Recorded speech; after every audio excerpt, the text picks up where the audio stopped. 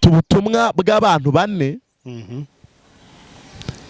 kuko nari ndi mu masengesho Mana irasanga irambwira ngo haguruka. Yego. Ndavuga Mana ndahaguruka nge hehe. Irambwira haguruka uvuge kuko umutima wanje urababaye kandi nkoze mu bubiko bw'inkota ndayifashe, nkoze no mu bubiko bw'imigisha nayo ndayifashe. Amen. Ndavuga se Mana ugiye kwica umuntu wapfuye arafata umugisha. Irambwira ngo tega amatwi ngo usobanurire.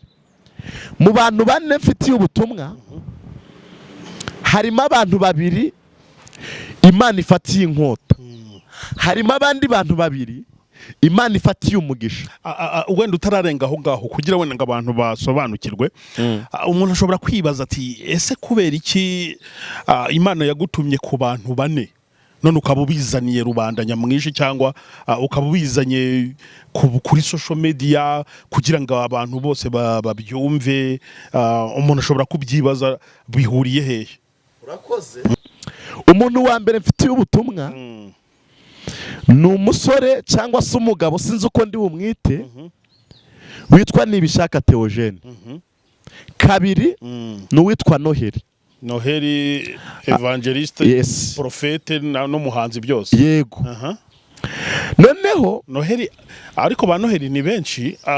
Noheli uriya wazanye ubutumwa Mama Sia. Yego. Nuri abantu bamwumve neza. Yego. Nuriya wazanye ubutumwa Mama Sia w'umusore. Yego nabyo. Na nuriya Nibishaka wundi. Yego Theogene. Yego. Bari abantu ko ari babiri baraje. Mbona n'ubundi butumwa bw'umumama witwa Mama Sharirene. Yes. Nakira na message ya Mama Pasteur Asia. Yego. Okay.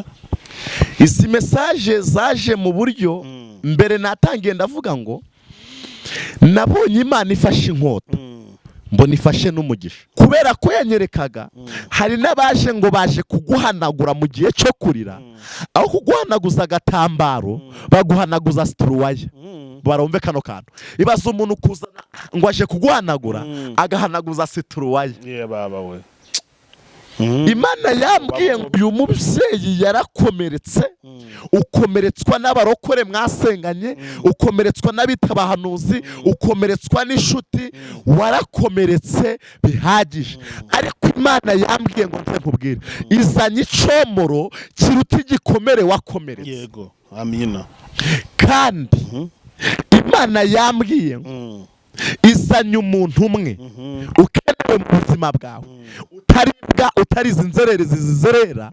Mana yambwiye ngo irebye ukuntu wayubasha uri umukobwa, irebye ukuntu wayubasha usanze umugabo udafite icyo afite, irebye ukuntu wayubasha umaze gupfusha. Yambwiye ngo itegure, Imana izanye kado nziza mu biganza byawe, isi bazamenya ko Imana yayiguhaye. Yambwiye ngo kandi ubuzima tubamo none bushingira ku mahitamo y'ababyeyi bacu y'ejo hashize. Ubuzima abana bacu bazabamo ejo hazaza bushingira ku mahitamo yacu y'uyu munsi. Amwe mu mahitamo ntasimburwa no guhitamo neza ishuri umwana wawe akwiye kwigamo, ishuri rirera umwana wuzuye, ishuri rihagarara mu mwanya w'umubyeyi, ishuri ryigisha guhuza umutwe, umutima n'ibiganza. Iryo shuri nta handi warisanga uretse muri Authentic International Academy Kicukiro. Authentic International Academy Kicukiro, ishuri ritanga uburezi bufite ireme, rigatoza kubaha no gusabana n'Imana no gushyira mu bikorwa ibyo yigishijwe.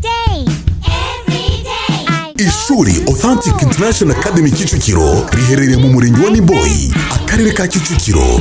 Nyaruka wandikisha umwana wawe imyanya itarashira. Ushaka ubundi busobanuro wabariza kuri nimero 078885 cyangwa ukatwandikira uciye ku rubuga rwacu wa eshatu@aia.ac.rw. Inshuti bakunzi ba Iyobokamana TV, turabasuje mu izina rya Yesu Kristo. Ni kwa kundi mumenyere ko tugira gutya tukazana abantu batandukanye maze tukabasha kuganira nabo. Murabona ko twiciranye rero n'umutumirwa wacu, niwe tugiye kuganira. Ni munyemberere dutagire tumusuhuza kandi tumuhereze ikaze. Mwiriwe neza kandi muraho murakomeye? Yego turaho. Amakuru turashima Imana. Wow, tuguha ikaze kandi twishimiye cyane kuba tugiye kuganira nawe. Yego murakoze. Uratangirana no kwibwira abantu badukurikiye bamenye ngo tugiye kubana nande muri iki kiganiro. Yego nitwa Itangishaka Aburahamu David, ndi umugabo ndubatse. Ntuye hano i Musanze. Imana ibaha umugisha. Amen. Uri umukristo? Yego ndi umukristo. Musengera? Mu itorero rya ADEPR. Yego. Ni David rero tugiye kuganira, ni munyemerere kuno musuhuje abari ko namwe mbasuhuza abari mu ntara y'amajyepfo n'amajyaruguru, iburengerazuba ndetse n'iburasirazuba, mu mujyi wa Kigali ndetse no mu bindi bihugu bituranye n'u Rwanda, muri Kampala hari ya Uganda, i Burundi ndetse muri Tanzania no muri Kenya n'ahandi hose bumva ururimi tuvuga. Mwese turabasuhuje cyane, tutibagiwe nabo ku yindi migabane, muri Amerika, muri Aziya, muri Canada, muri Australia ndetse no ku mugabane wa Amerika. Mwese turavuze ngo Imana nigikomeza guhira imirimo y'amaboko yanyu. Wowe ureba ikiganiro nk'icyo ukaba ubabaye urigunze, ni wizere yuko Imana izagutabara, kuko yavuze ko naho yababaza umuntu itabikora iteka, ahubwo igigera ikamugirira ibambe, ikamwishimisha ibyishimo bingana n'igihe yababarijwe imyaka y'ibyago, ikayivunjamo ibyishimo. Naho wowe rero uri mu bihe byawe byiza, ujye ukunda gutabara abababaye. Kumwa muri ibyo yaririmbye ngo abajyana na Yesu gutabara abandi nibo bajya bagabana ku mugisha w'Imana. Mbere yuko dukomeza n'ikiganiro nivuga butumwa David atuzaniye, reka tumusabe abanze adushyira imbere y'Imana kugira ngo ayinginge ize kubana natwe muri iri vuga butumwa. Turagushimye Mana Data wa twese uri mu ijuru, uri Imana isumba byose kandi uri amahoro yacu. Twarakubonye mu bihe bikomeye, twarakubonye ubana natwe. Cyo nkuziho uri Imana irinda ijambo ryawe kugeza ubwo urisohoje. Wabanye n'abatubanjirije kandi ijambo ryawe rirambwira ngo uri Imana idahinduka. Byari bisobanuye ngo uko wari uri kera na n'uyu munsi niko kiri. Uhimbazwe Yesu. Uyu mwanya turatangiye iki kiganiro. Imbaraga z'Umwuka Wera zibane natwe. Ikiruta byose Umwuka Wera udasanzwe udutindeho cyane. Wegera abaradukurikira bari hafi n'abari kure bose, wegera imitima yabo uyisange cyane, maze iki kiganiro gihindure benshi kandi umugambi wawe usohore muri twe n'abadukurikiye. Urakoze kuri kumwe natwe, tubigusabye tukwizeye mu izina rya Yesu Kristo. Amen. Amen. David, tuguhaye ikaze cyane ku Iyobokamana TV no ku Mpamba Nyayo. Umeze neza? Ndamahoro. Wow, ndakubona cyane. David rero ni muntu ki mu Mana, mu murimo w'Imana akora iki? Ni muntu ki mbese tugiye kuganira? Wenda watangira utwibwira muri makeya, urinde mu murimo w'Imana. Ndi umukristo wo mu mutima, nta bidasanzwe mfite mu murimo w'Imana. Icyakora nkunda Imana n'abantu bayo, kandi nkunda kuganira ijambo ry'Imana. Mene magambo ndi umuvuga butumwa. Imana ibahumurize. Yego. Wow. Ngira ngo ni ibintu byiza cyane. David rero agira gutya, akora ku rusinga maze araduhamagara. Haratubwira ati mfite ubutumwa bukomeye cyane. Ati nshaka guhereza abantu b'Imana, ati kandi ati mu by'ukuri ndumva rwose niyumvamo yuko nabutangira kuri izi social media. Nanjye rero utajya upfa kwemera umuntu umbwira ngo yafite ubutumwa bw'abantu, yahanuye, yeretswe, yagize ute. Ariko iyo maze kubigenzura nkabisengera, nkabona yuko bikwiriye rwose biratambuka. Bituma rero mpaguruka mu mujyi wa Kigali maze nerekeza mu karere ka Musanze kugira ngo nseganire na David, mubaze ubutumwa afite.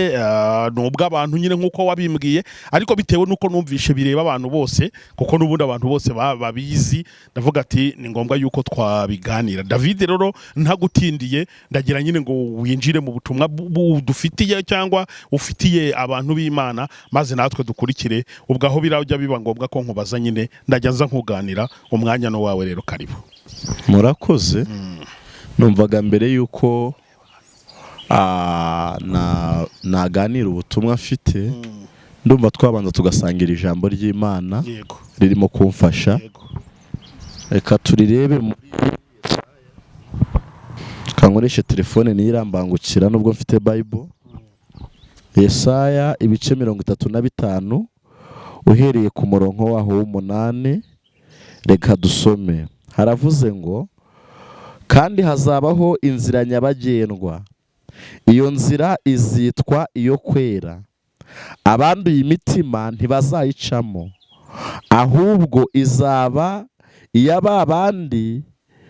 Abagenzi naho baba ari abaswa ntibazayiyoba. Imana ishimwe.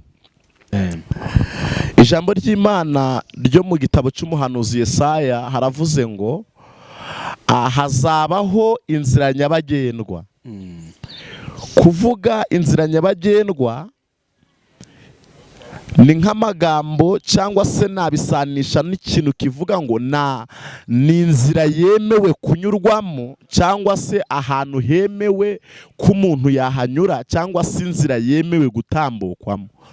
Kandi iyi nzira akaba nta muntu uhejwe kugira ngo ayinyuremo, ahubwo iravuze ngo hazabaho inzira nyabagendwa. Ijambo nyabagendwa ni uko ari ahantu hagendwa, ni uko ari ahantu hemerewe gukorerwa igikorwa cy'urugendo. none baravuze ngo ariko abanduye imitima ntabwo bazayicamo. Bishatse kuvuga iki? Nubwo ari inzira nyabagendwa, ariko umuntu ufite mu mutima we ibintu byose bidashimangiwe n'Uwiteka Imana, ntabwo azaca muri iyi nzira, kubera yuko nubwo ijambo rivuze ngo hazabaho inzira nyabagendwa, ariko baravuze ngo abantu banduye imitima ntabwo bazayicamo. Bishatse kuvuga ngo kwandura imitima, ushobora kwibwira yuko uri mu rugendo rujya mu ijuru, ariko ufite ibintu byakwanduje umutima. Bibiliya, ijambo ry'Imana ivuze ukuri, iravuga ngo nubwo ari inzira nyabagendwa, uwanduye umutima izamubera sanzenike. Uwanduye umutima ntabwo azahanyura. Ageze hepfo aravuze ngo kandi naho abagenzi baba ari abaswa, ariko bafite gukiranuka muri bo, ngo ntabwo bazayoba ino nzira. Byanyigishije ikintu gikomeye. Nasanze kugenda runo rugendo kugira ngo ugere mu ijuru, kugira ngo ugere ku cyo Imana yaguzigamiye, atari uko uba ufite diporome iremereye, atari uko ufite amafaranga menshi, atari uko ufite famiye zikomeye, ahubwo nasanze uko bisaba kuba ufite mu mutima inzira ziboneye kandi z'igisiyoni. Umugenzi naho yaba ari umuswa, haleluya, naho umugenzi yaba ari umuswa, ntabwo inzira azayiyoba. Ubwo nzanye ihumure rivuze ngo weho mugenzi uri kujya mu ijuru, niba uzi neza ko mu mutima wawe ufitemo inzira z'igisiyoni, nta kabuza, ntabwo uzayoba, ntabwo uzasigara, ntabwo uzananirwa, kuko umwuka wera w'Imana ari kuri wowe kandi azagendana nawe mu bihe byose. Imana ishimwe. Nasomye irindi jambo ry'Imana rirambwira ngo hahirwa abafite mu mitima yabo inzira z'igisiyoni. Hahiriwe umuntu ufite mu mutima we gukiranuka, gutinya Imana, kwizera Imana, kuyikurikira, adatsinzwe n'uburiganya bwa Satani. Muri iyi minsi turimo, cyangwa se muri ibi bihe duhagazemo, ntabwo nzi niba ndabyita ibihe bya nyuma, nta nubwo nzi niba ndabyita ibihe bisanzwe, ngikanivugira ibihe duhagazemo. Muri bino bihe usanga abantu bamaze gufata Imana, bayifata nk'aho ari se wabo, cyangwa se nk'umuntu udatinyitse. Umuntu agafata Imana mu buryo bworoshye, ariko ngewe uburyo mbana n'Imana n'uburyo nzi ko ari Imana yica, kandi nzi ko ari Imana ikiza. Hana we yaravuze ngo Imana ishyira ikuzimu yarangiza igakurayo. Byari bisobanuye ngo ni Imana yagukiza, akaba ari n'Imana yakwica. Ni Imana yagushyira ikuzimu, ni n'Imana yagukurayo. Byari bivuze ni Imana ibasha kwica ikanakiza, kandi iyo yakinze nta muntu wakingura, niyo yakinguye nta muntu wakinga. Byari bisobanuye iki? Umuntu wese mu mutima we harimo ubusinzi, harimo ubusambanyi, harimo uburaya, harimo ubutinganyi, harimo amanyanga, harimo gusebanya, harimo kubeshya, nta kominikasiyo Imana ifitanye n'uyu muntu. Byari bivuze iki? Niyo yamufata ikamwica, ariko nanone umuntu ufite kuyizera no kuyiringira niyo yonyine yamufata ikamukiza. None niba ari Imana yica akaba ari Imana ikiza, ibaze ngo mbese ije nonaha ikagusanga mu byo urimo, naho uri naho wicaye, yangiza yanyica, byagenda gute? Ariko icyo nshaka kuvuga ni uko nzi neza ko iyi Mana ibi bintu yabishoyemo igishoro gikomeye cyitwa amaraso. Rero niba yaratanze umwana wayo, ijambo ryamwe ngo mbese watanze umwana yaburutse kumuduhana n'ibindi byose tumusabye. Nshaka kuvuga ikintu gikomeye. Imana yo mu ijuru niyo yonyine ibasha kugarukira umuntu iyo yisabye kwimugarukira, kuko yo ubwayo yarivugiye ngo nufata nk'inyembaraga nzaza nk'inyembaraga, nufata nk'inyantege nzaza nk'inyantege. Ijambo nari nshatse kugira ngo mbanze mbasangize nirivuze ngo hahirwa abafite mu mitima yabo inzira zijya i Siyoni, kandi umugenzi naho yaba ari umuswa ntabwo azayoba iyi nzira. Imana ishimwe. Amen. Mfite ubutumwa, kandi mfite ubutumwa bw'abantu bane, kuko nari ndi mu masengesho Mana irasanga irambwira ngo haguruka. Yego. Ndavuga Mana ndahaguruka njye hehe? Irambwira haguruka uvuge, kuko umutima wanjye urababaye, kandi nkoze mu bubiko bw'inkota ndayifashe, nkoze no mu bubiko bw'imigisha nayo ndayifashe. Amen. Ndavuga se Mana ugiye kwica umuntu wapfuye arafata umugisha? Irambwira ngo tega amatwi ngo usobanurire. Mu bantu bane mfitiye ubutumwa harimo abantu babiri Imana ifatiye inkota, harimo abandi bantu babiri Imana ifatiye umugisha. Wenda utararenga aho ngaho kugira wenda ngo abantu basobanukirwe, umuntu ashobora kwibaza ati ese kubera iki Imana yagutumye ku bantu bane none ukaba ubizaniye rubanda nyamwinshi, cyangwa ukaba ubizanye kuri social media kugira ngo abantu bose babyumve? Umuntu ashobora kubyibaza bihuriye hehe? Urakoze. Nanjye nagize kwibaza, ndavuga aba bantu shaka umuntu ku giti cye mubwire message ye. Ndangije numva Imana imbwira ngo ibyo ngutumye ni ibyabereye ku isi yose, ni ibyabereye ku karubanda, kandi byababaje imitima irenze ubu. Byabaje imitima y'abantu benshi. Ndashaka rero kugira ngo ngaragaze cyangwa se mburire cyangwa se nange, ariko nanjye nyuze aho banyuze bakora ibyo ngibyo. Niyo mpamvu nifuje kugira ngo nze hano. Yego. Umuntu wa mbere mfitiye ubutumwa ni umusore cyangwa se umugabo, sinzi uko ndi bumwite, witwa Nibishaka Theogene. Kabiri ni uwitwa Noheli evangeliste, yes, profete n'umuhanzi byose. Yego. Noneho Noheli, ariko ba Noheli ni benshi. Noheli uriya wazaniye ubutumwa Mama Sia. Yego. Nuri abantu bamwumve neza. Yego. Nuriya wazaniye ubutumwa Mama Sia w'umusore. Yego, nabyo. Na nuriya Nibishaka wundi. Yego, Theogene. Yego. Bariya abantu ko ari babiri baraje. Mbona n'ubundi butumwa bw'umumama witwa Mama Sharirene. Yes. Nakira na message Mama Pasiteri Asiya. Yego. Okay.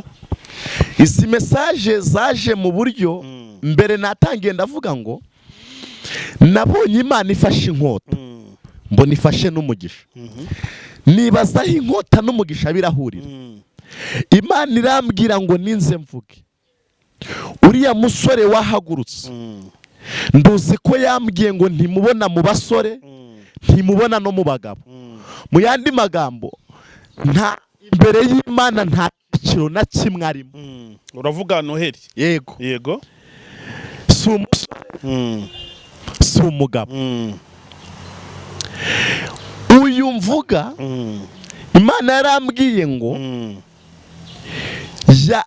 yababaje umutima w'Imana, ababaza umutima w'abatuye isi, ababaza umutima w'abakozi b'Imana, ndetse n'abifuzaga gukizwa. Hari abaretse gukizwa kubera we. Yego. Irambwira ngo hari abantu bahuzwe ubuhanuzi n'ijambo ry'Imana kubera abantu bari kwiyitirira Imana kandi atariyo. Noneho ihera kuri uyu musore wavuze ngo Imana ngo yamutumye kuri mama Pasiteri, mama Asiya, ngo iramubwiye ngo niwe uzamuhoza amarira yarize. Araza aravuga ngo kandi azamwambika impeta. Arongera aravuga ngo kandi ngo arahiye Uwiteka Imana isumba byose, ngo bazabona ngo ari we umubereye umugabo kuko ari we Imana yatumye ngo agende amuhanagura amarira. Yarabivuze ibyo rwose. Imana imishurira umutima w'uyu mama Asiya, ngo akimara kwakira bino bintu yagize umubabaro udasanzwe.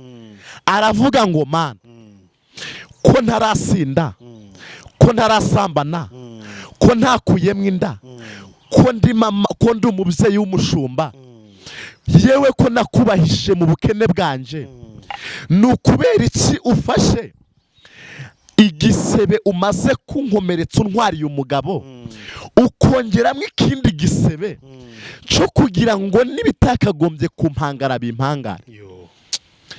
Uyu mubyeyi Imana imishurira yinjira mu cyumba arira amarira adasanzwe, yarize amarira adasanzwe. Wenda nabona iki kiganiro asaze kuri mikoro azavuga ko yarize aya marira koko. Yarize amarira adasanzwe, umutima we urakomereka bidasanzwe, ku buryo yarize amarira asumba nayo yarize yapfushije umugabo. Aravuga ngo Mana, ndaciriritse kugeza ku rwego imbwa zitambuka nk'izi ngizi, imbwa zitakebwe, ahagarara ku isi ngo niwe uzampoza amarira. Nubwo afata umwanzuro aravuga ngo niba ari uriya wahisemo kuzamuza amarira, njyewe nzarinda mpfa ntongeye kugira umutima wanjye ngo ngufunguriye umugabo runaka. Niba hanyuma mukozi w'Imana, hari uwakumva mu by'ukuri buno butumwa akibaza, ni kubera iki ko Imana yaguhaye ubutumwa bw'abantu bane, kubera iki utabasanze ngo uganire nabo? Bakavuga ati hari si kwaba kwari kwa kundi abantu muri iyi minsi tujye turabona ibyateye biko guharabikanya cyangwa gusebanya. Yego. Icya mbere muri bano bantu bose mvuze nta n'umwe nzi wari cyo turi gupfa. Yego. Cyangwa se ngo uwo mbwiye ibyiza ngo hari impamvu mbimubwiye. Njyewe Imana yarasanze irambwira ngo ibi ni ibintu nzakora nkoreye ku karubanda. Abo nemereye gukubita cyangwa se guhagarika nzabikora ku karubanda, isi izabimenya. Naba nemereye umugisha wa Pasiteri, ibye nzabikora ku karubanda, isi izabimenya. N'uyu mama ibyo ngiye kubikora ku karubanda, isi izabimenya. Ndambwira ngo ntago ngutumye kuri bo bwite, genda ubwire abantu benshi, ubwire abanyarwanda muri rusange, ubwire isi muri rusange, kuko muri bano hari abakomerekejwe n'aba. Genda ubabwire ngo sinjye wabatumye, ahubwo nanjye nk'Imana icyo cyatumye mbaremo, none nje gushyira ngo nshireho iherezo. Umbwire abo babyeyi nabo ngo nibihangane barindire, nje kubagirira neza, n'isi izabimenya. Ntigeze ntuma ngo mbwire bano bantu mbasange, ahubwo yarambwiye ngo ninza aho babikoreye aba ariho mbivuge.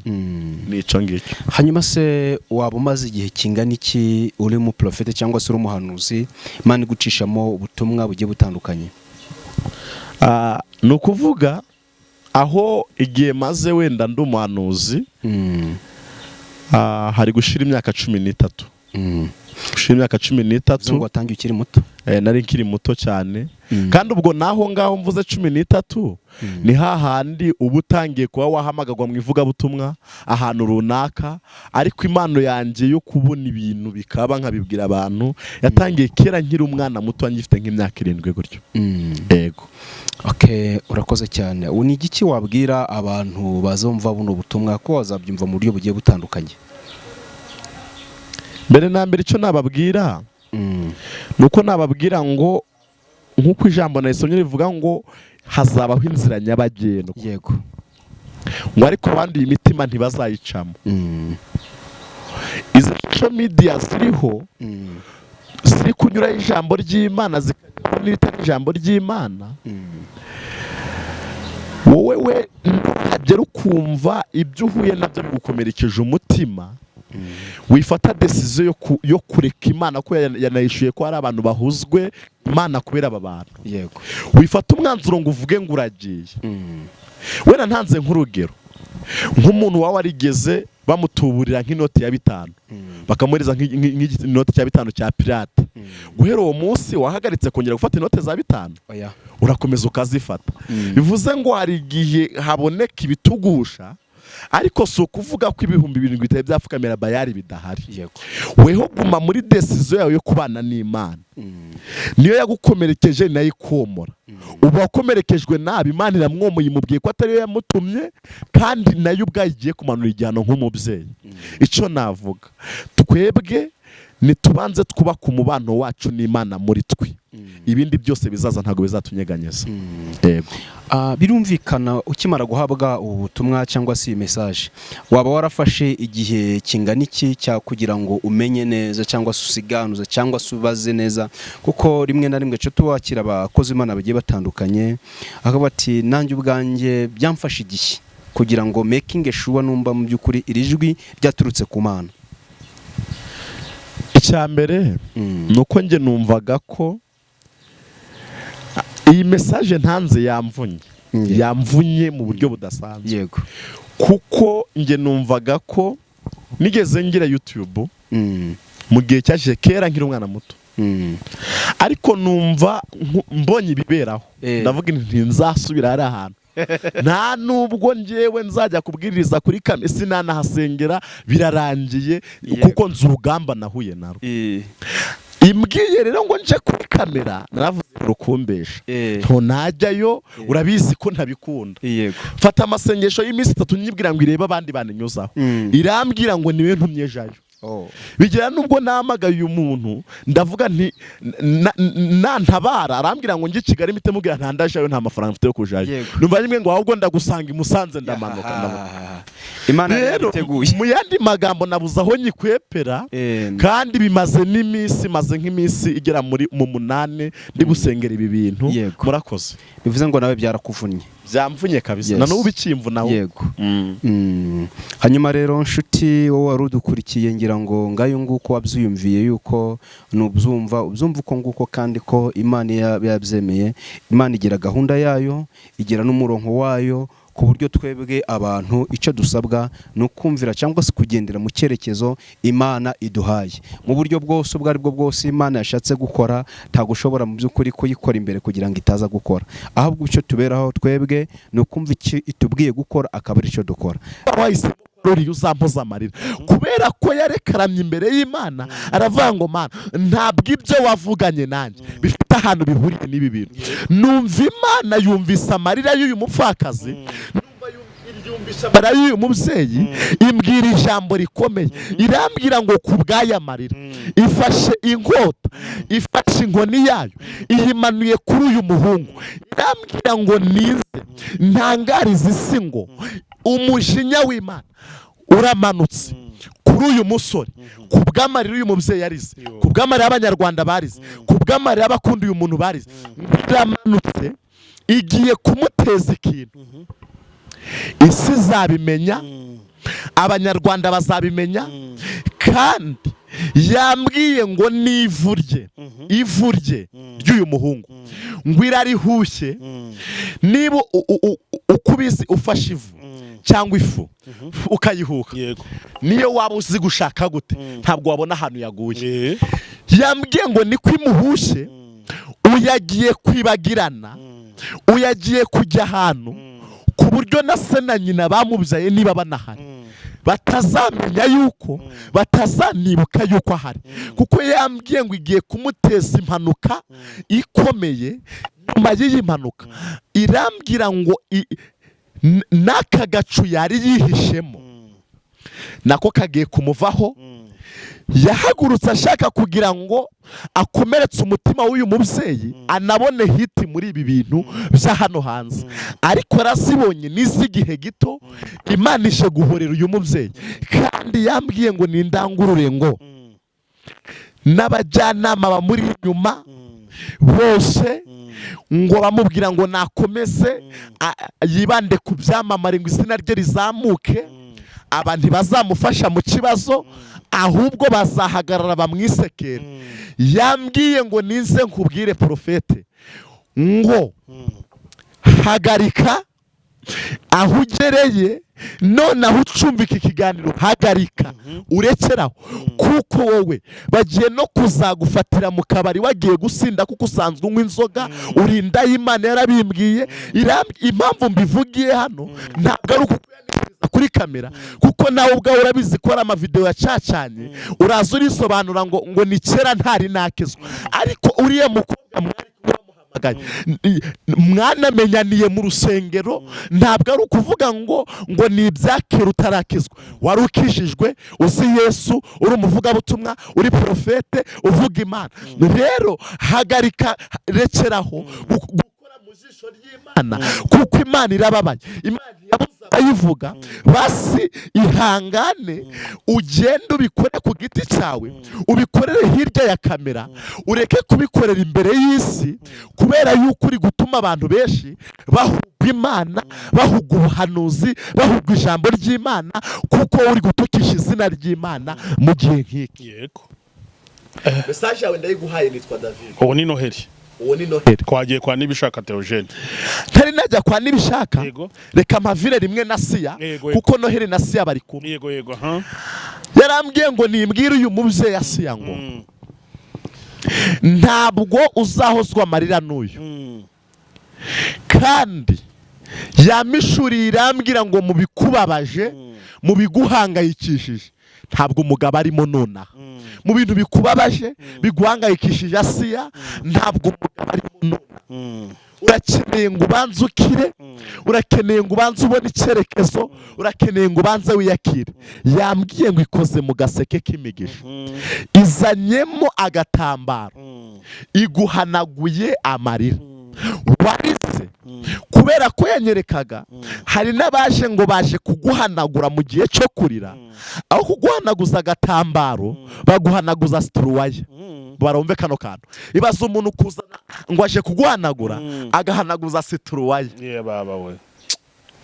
Imana yambwiye ngo uyu mubyeyi yarakomeretse, ukomeretswa n'abarokore mwasenganye, ukomeretswa n'abitabahanuzi, ukomeretswa n'inshuti, warakomeretse bihagije. Ariko Imana yambwiye ngo nze nkubwire, izanye icomoro kiruta igikomere wakomeretse. Yego. Amina. Kandi Imana yambwiye ngo izanye umuntu umwe ukenewe mu buzima bwawe, utaribwa, utarize inzererezi zizerera. Imana yambwiye ngo irebye ukuntu wayubashe uri umukobwa, irebye ukuntu wayubashe usanze umugabo udafite icyo afite, irebye ukuntu wayubashe umaze gupfusha. Yambwiye ngo itegure, Imana izanye kado nziza mu biganza byawe, isi bazamenya ko Imana yayiguhaye. Yambwiye ngo kandi ba mu gihe cyo guceceka, urindira Imana ucecetse, amarira yawe warize ku bw'iyingegera y'umuhungu, Imana yayumvise ngo ije kuyaguhanagura no kuguhoza. Kandi wihangane Profete, ntabwo njyewe navuga ngo nkwisingegera, sinje gutukana, ahubwo Imana imbwira, yambwiye ko itazi icyiciro urimo. Nturi umugabo, nturi umusambanyi, nturi umusore, ntukijijwe, nturi umupagani, mbese kandi ijambo ry'Imana ngo utabize ntushuhe irakuruka. Imana kukuruka, kandi abantu bazabimenya. Kanjye ku buhanuzi bw'uyu muhungu usigaye Theogene. Imana yambwiye ngo nkubwire ngo niyo yaguhagurukije iwanya aho wari uri, iravuga ngo genda unkorere umurimo nzakugirira neza. Ndetse mu bihe byashize yambwiye ngo wabanaga nayo, ukavugana nayo ivuze ngo vuga, ukajya mu kuvuga ubutumwa igutumye.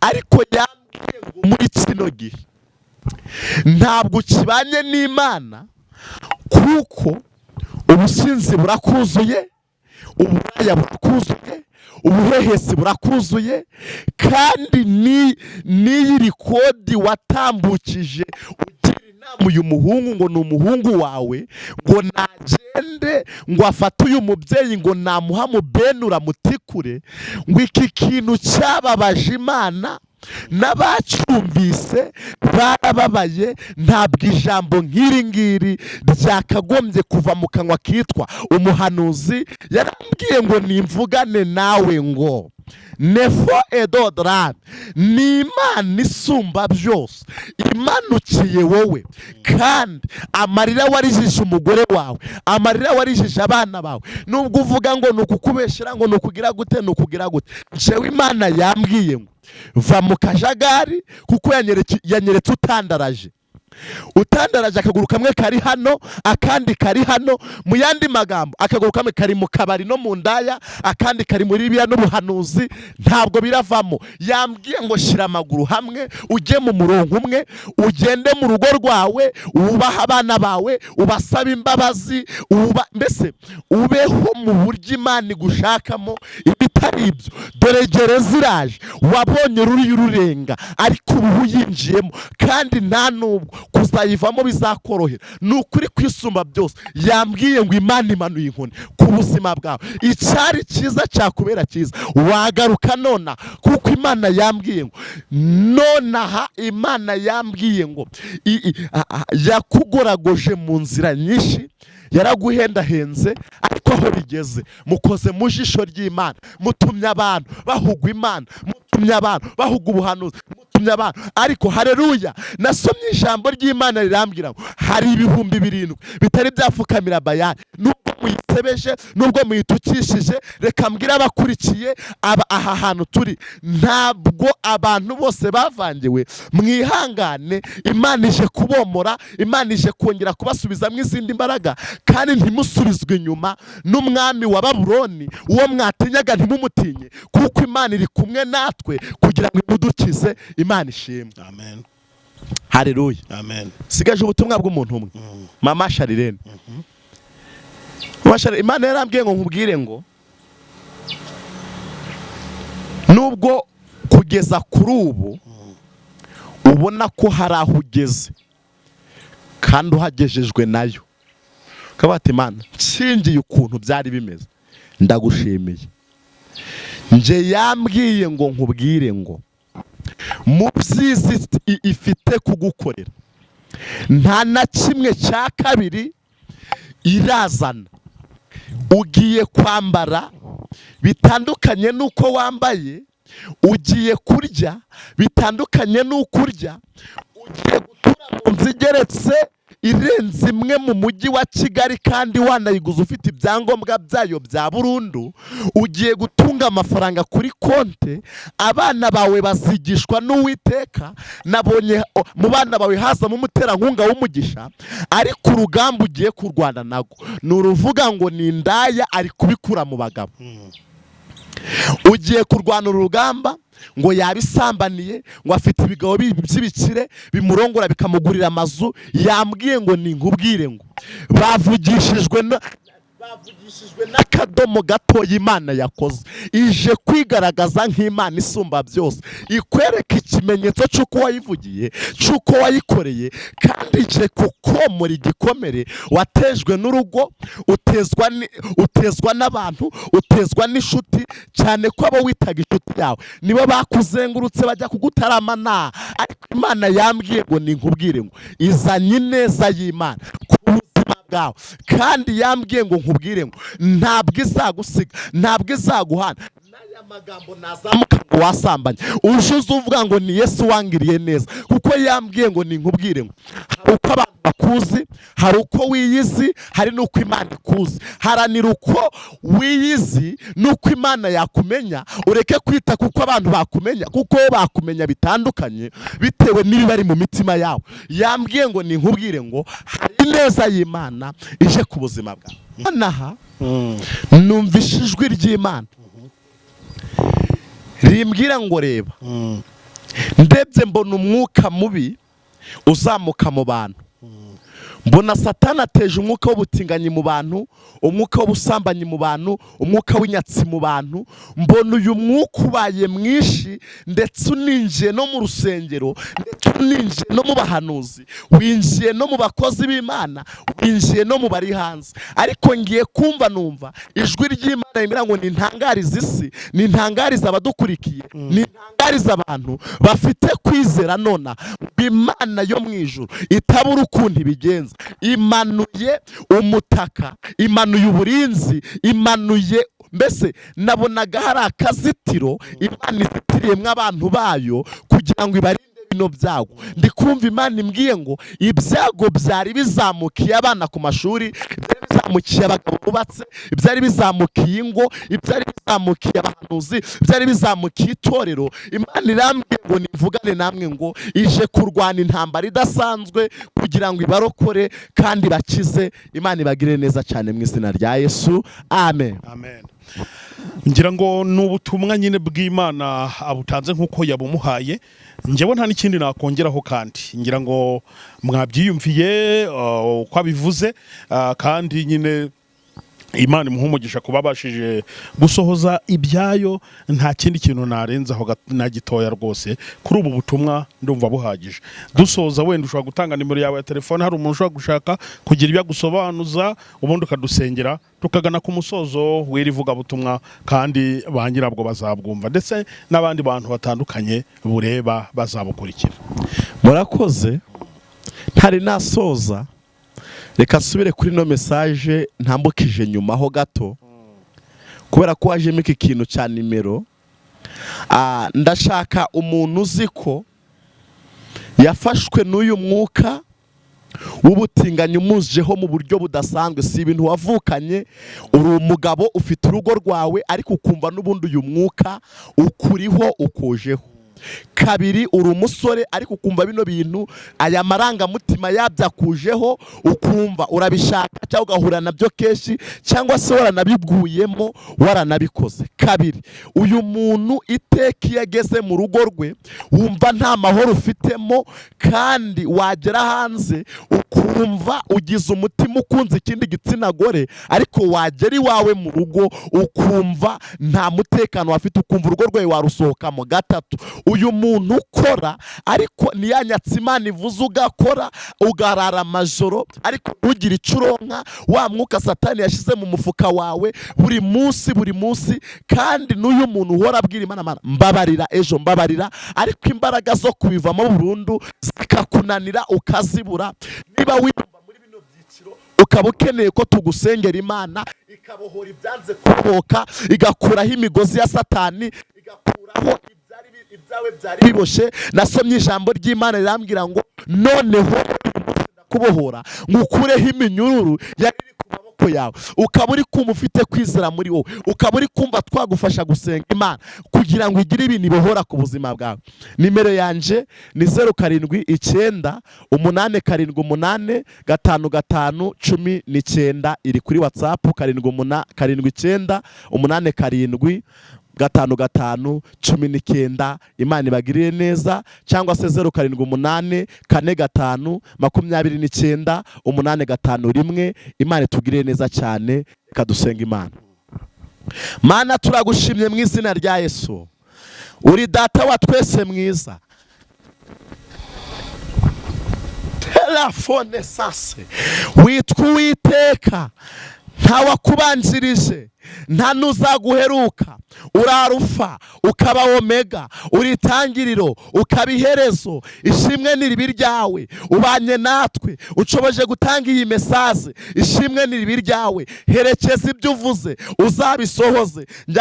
Umumaro wanjye ni ukuvuga, ariko wowe ugasohoza. Mana y'amahoro, kura abantu ku musozi uvugiraho, ubajyane ku musozi ukoreraho, kuko hari abantu benshi bafite amasezerano ariko barakurindiriye ariko ntibakubona. Nyemerera n'ababeshwe ujye ufata ibiriho, ibitariho ukabihindura ibiriho. Fata ibyo ngibyo bihindura ibizima, babona amashimwe bagushima Yesu. Nyemerera Uwiteka uhereze umugisha abadukurikiye, nibakire umugisha, nibakire kubaho, abarushe nibaruhuke, abarira nibahanagurwe, abafite inshuti zijyana bakiriza umugisha. Nyemerera uyu mwanya, iki kiganiro uhindure amateka, abacumba bose babohoke Mana, ineza yawe tugaragareho, icyubahiro cyawe kiganze mu izina rya Yesu. Turasenze ngo Imana itubanze imbere Mana, kandi uyu muntu mu izina rya Yesu uhagurutse i Kigali akaza hano muri aya majyaruguru aje kugira ngo ubutumwa bugere kubo bugenewe,